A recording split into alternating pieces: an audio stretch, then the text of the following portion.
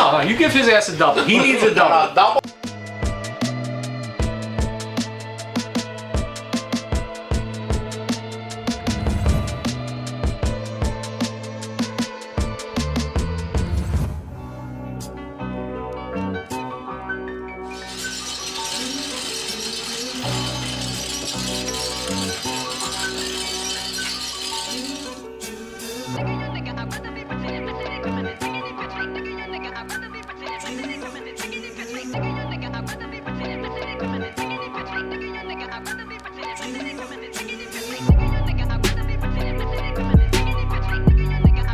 Alrighty, time for confessionals. Okay, so what am I confessing now? Our clients, Rod, brought in his 350Z track car for us to do a bunch of maintenance, you know. And one of the things is, you know, an oil pan baffle. You may not realize as a street driver, you have this, literally it's a pan underneath the car. In it is a sump of oil, so it's a reservoir of oil. And there is a pickup, one or two depending on the car, there is a tube from the engine that goes into this oil reservoir. And that's where the engine draws its oil from. For street cars, it's perfectly fine. A regular, you know, pan, if you will. But for a track car, or car that sees a racetrack, it sees very high Gs. If the pickup tube is here and you make a high G right turn, and this is the sump, what's gonna happen? All the oil is gonna slosh to this side potentially, okay? What happens? This thing runs dry. If your engine runs starts oil for a split second, your bearings could fail, the engine could seize. Bad juju. So what happens is a lot of companies make a baffled oil pan.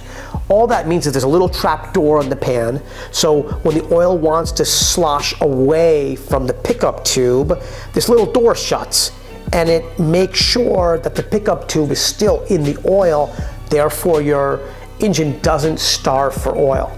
And that's what we're doing here, is we're putting a baffled aluminum pan on that 350Z to make sure that's safe for track usage. Whew, that's the good.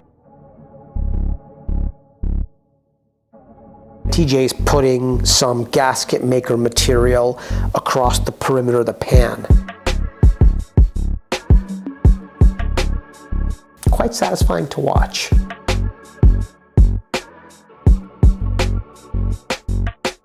And also on a lot of Japanese cars, they don't use gaskets.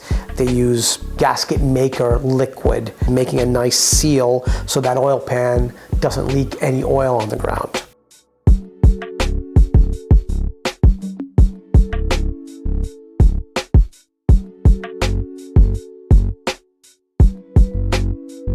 And then the car got a bunch of other maintenance and some upgrades that we were doing to it to make her a safer, better functioning track car.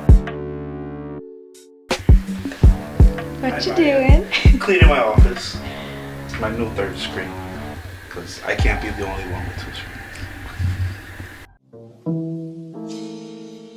The beautiful modified 335 you saw in that video belongs to a friend and client of ours, Yvonne. We've been doing performance mods on the car for some time now.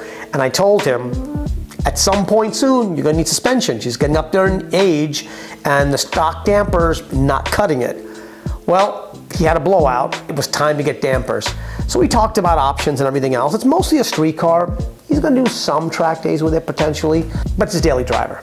My coilers of choice for a street car that occasionally may be tracked are KWs. Lifetime warranty, stainless steel, good quality damper. And that's what we got for him. Got him a set of KW V3s. They fit beautifully.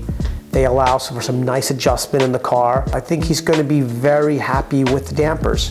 Very happy. The other thing you might have noticed is that there's a little sticker that says tuned by Mo. That's not me being narcissistic. He actually asked if I would sign his car. And I was so touched. And I asked him, why do you want my signature on your car? And he said, Mo, you've done all the upgrades. You've planned out all the upgrades to my car that I love and enjoy. And I want to have your signature on my car. I was so touched by that. Working with our lovely graphics department, thank you, Maya, love you. We designed this sticker that It has some off-camber colors, and it actually has my actual signature on it. And we're gonna put it on cars that we do a bunch of mods on. And they're gonna say designed by Mo. It's really cool. Some of the real neat things you get from being in this business.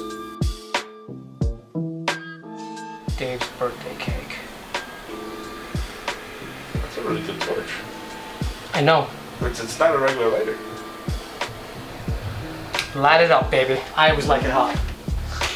All right, where's Alejandro? Don't make it sexy. He's coming. He's coming.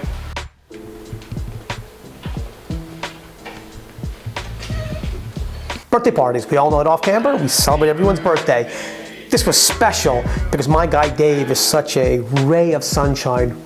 Love you, Dave. Happy birthday to you. Happy birthday, dear Dave. Happy birthday to you.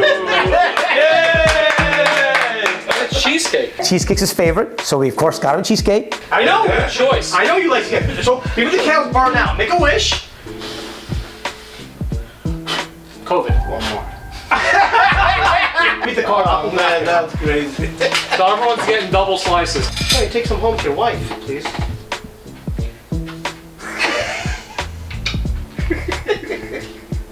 Thank you. Thank you.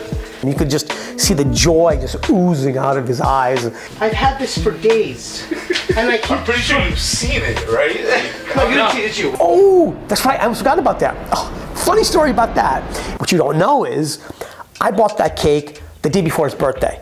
We hid it in the fridge. Figured, you know, tomorrow morning around 10, we'll be having coffee. We'll do his birthday.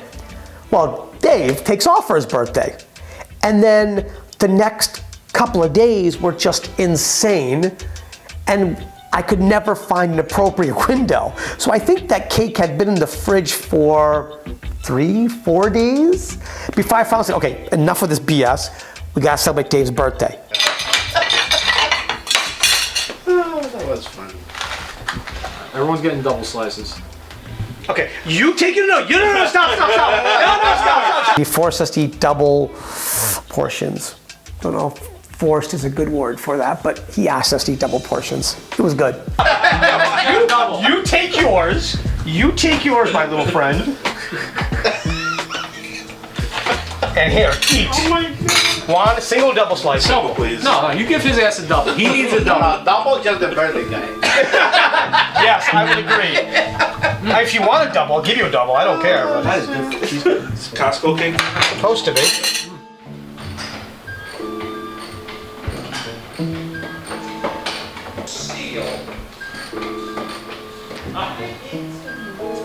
God, where do I start? So, as you may or may not know, we have the big AER Watkins Glen race coming up.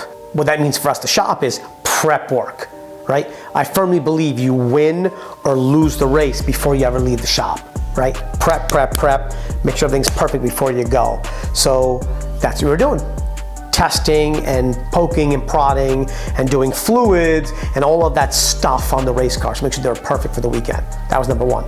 Number two,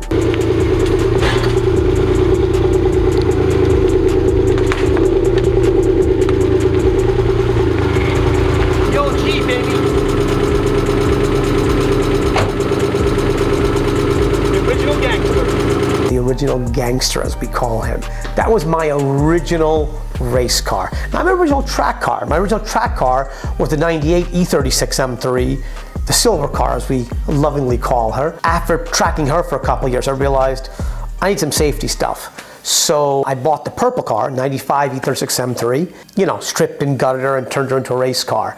Anyway, she is the OG because by working on her, I learned what it was to build a race car and to prep a car and all of the little tricks and processes that we have at OffCamber really grew out of my experience with prepping the purple car, as we lovingly call her 789.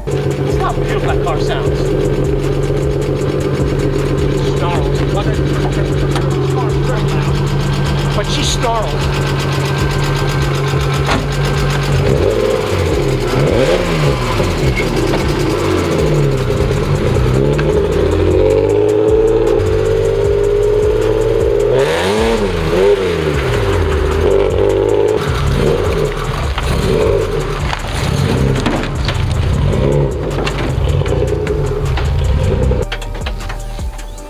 Oh, copy that.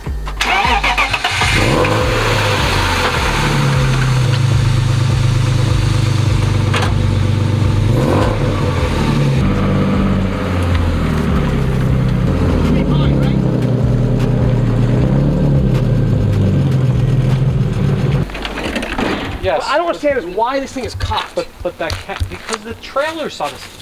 Remember as soon as you pull out the asphalt, it straightens out? Yeah, absolutely, 100%, which I'm like, but it never used to do this. Which I'm kind of like, about. Oh, it happens with old age. You'll find, you'll be favoring one side or another. Sometimes you get up multiple times in the night to use the restroom. It happens with old age.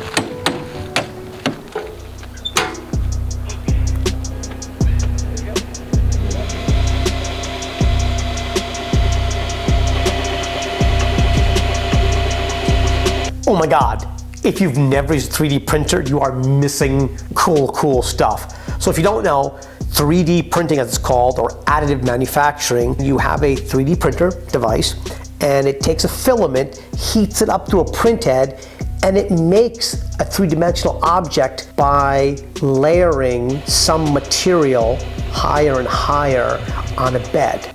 So that you can actually, which this is like Star Trek stuff like 20 years ago.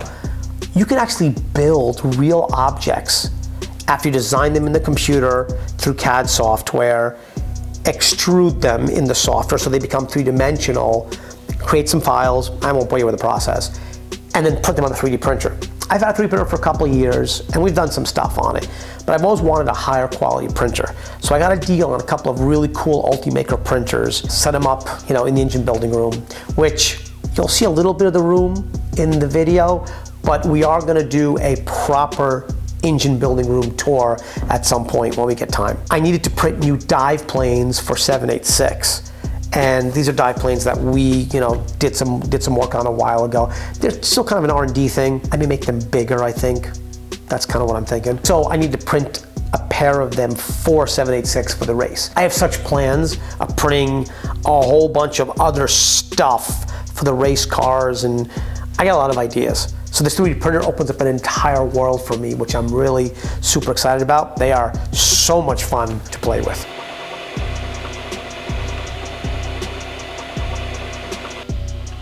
"17 hours.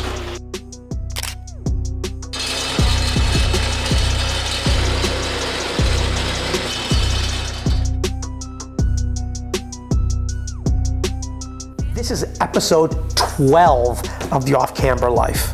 12 episodes. I think back about that and I'm so proud of the team and the work we do here and the work we do at race weekends, and of my daughter Maya, who does all the editing and the video shooting and dealing with me and my ideas. I can't believe we made it through 12 episodes. So I'm super excited. Congrats to the team. Season 2 will be coming out in a couple of weeks. If you haven't subscribed, click that subscribe button, watch the videos, you'll get a laugh, you'll maybe cry a little bit, and you'll maybe learn some stuff. We are really proud of the OffCamber Life and sharing the craziness that is the OffCamber Life with all of you. And we'll have another video coming out very shortly, right Maya? Yes. Next week hopefully, which will hopefully bring more of you into the track life. Stay tuned, a lot of cool stuff to happen. Thank you again for watching.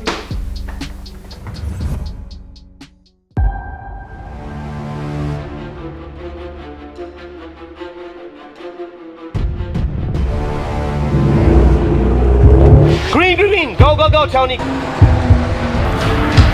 Don't record me, Meyer. If you need blood again, we're gonna bleed it.